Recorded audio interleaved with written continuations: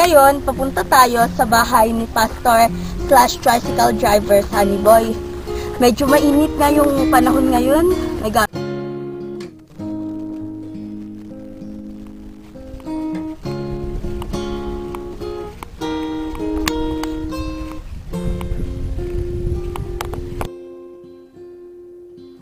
Tapos ng mahabang paglalakbay at eto na nga, narating na natin ang bahay ni Pastor / tricycle driver Sunny Boy Lubiano.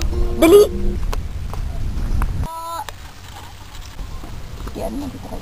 Oh, good morning! Ano po ang may lingkod namin sa inyo? Mga guys, mga young people, ano po ba ang kailangan natin? Bakit kayo naparit? May napulot po kasi ako na parang sa inyo po. Oo nga, ito pala yung Bible na nahulog sa ating pag-uwi. Saan mo nga ito napulot? Gang? Dyan po sa tricycle. Ay, sige, salamat ha. Kasi sinauli mo ito sa akin. Gusto ko lang po matanong, ano po pangalan nyo?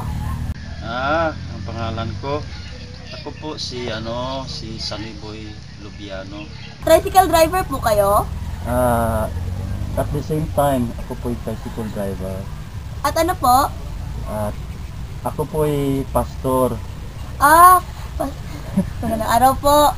Paano ko nyo po napapasabay yung pagiging pastor at driver at the same time?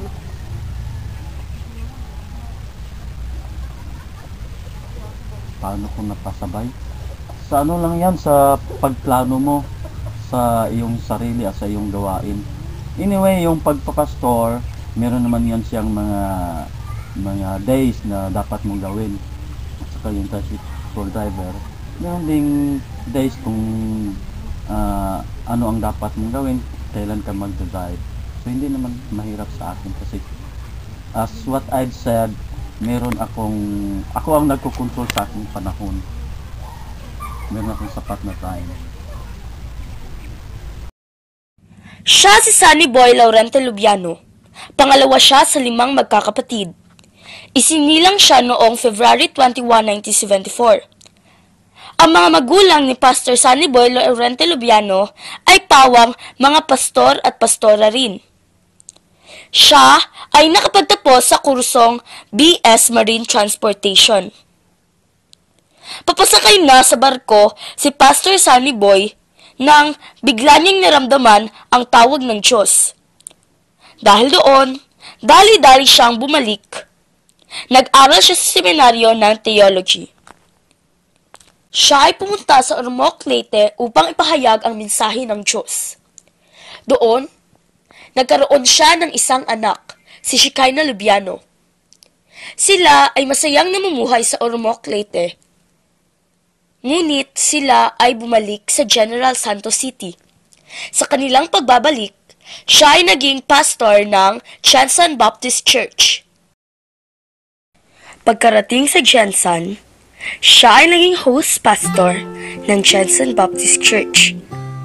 Naging aktibo siya sa gawaing pangsimbahan kasama ng kanyang anak at asawa. Ngunit, sa di malamang dahilan, siya ay umalis sa nasabing simbahan at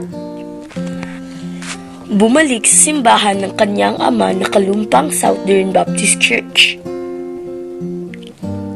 Ngayon, siya ay isang part-time tricycle driver. Every weekdays, siya ay namamasahero dito sa Jensen. Pagkarating naman ng Sabado at Linggo, siya ay nagiging aktibo sa gawaing pagsimbahan, gaya na lang ng mga Bible studies, prayer meetings, Sunday worships, at iba pa. Ngayon, siyang mahawak ng young people o youth ng kalumpang Southern Baptist Church. Siya ay nirerespeto at tinatawag na pastor o Kuya Sunny. Pero, may mga araw rin kung saan ang kanyang pasahero ay kanyang